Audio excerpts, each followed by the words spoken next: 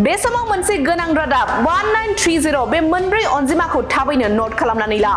कारापशन डिपार्टमेन्टआ फोसावनानै होनाय बे मोनब्रै अनजिमाखौ नोट खालामनानै ला।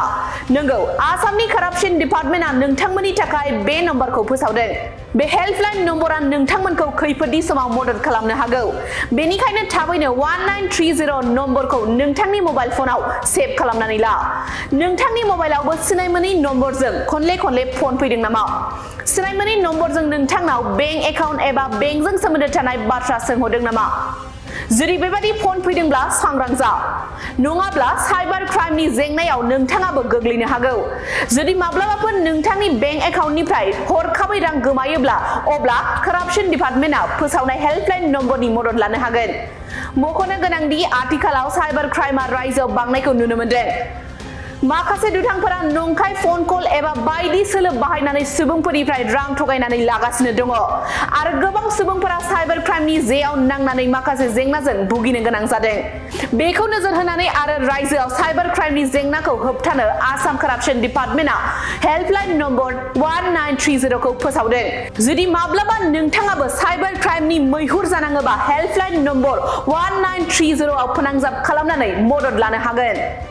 बे समाव मोनसे गोनां रादाब 1930 बे मोनब्रै अनजिमाखौ थाबैनो नोट खालामनानै ला। कारापशन डिपार्टमेन्टआ फोसावनानै होनाय बे मोनब्रै अनजिमाखौ नोट खालामनानै ला।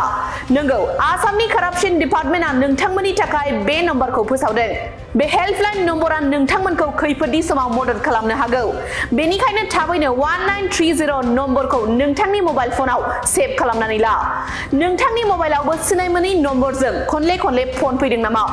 सिनाय मोनै नम्बरजों नोंथांनाव बेंक एकाउन्ट एबा बेंकजों सोमोन्दो थानाय बाथ्रा सोंहरदों नामा? जुदि बेबादि फन फैदोंब्ला सांग्रां जा। नङाब्ला साइबार क्राइमनि जेंनायाव नोंथाङाबो गोग्लैनो हागौ। जुदि माब्लाबाफोर नोंथांनि बेंक एकाउन्टनिफ्राय हरखाबै रां गोमायोब्ला अब्ला कारापशन डिपार्टमेन्टआ फोसावनाय हेल्पलाइन नम्बरनि मदद लानो हागोन। मख'नो गोनांदि आथिखालाव साइबार क्राइमआ रायजोआव बांनायखौ नुनो मोनदों। माखासे दुथांफोरा नंखाय फन कल एबा बायदि सोलो बाहायनानै सुबुंफोरनिफ्राय रां थगायनानै लागासिनो दङ आरो गोबां सुबुंफोरा साइबार क्राइमनि जेयाव नांनानै माखासे जेंनाजों भुगिनो गोनां जादों। बेखौ नोजोर होनानै आरो रायजोआव साइबार क्राइमनि जेंनाखौ होबथानो आसाम कारापशन डिपार्टमेन्टआ हेल्पलाइन नम्बर 1930 खौ फोसावदों। जुदि माब्लाबा नोंथाङाबो साइबार क्राइमनि मैहुर जानाङोबा हेल्पलाइन नम्बर 1930 आव फोनांजाब खालामनानै मदद लानो हागोन।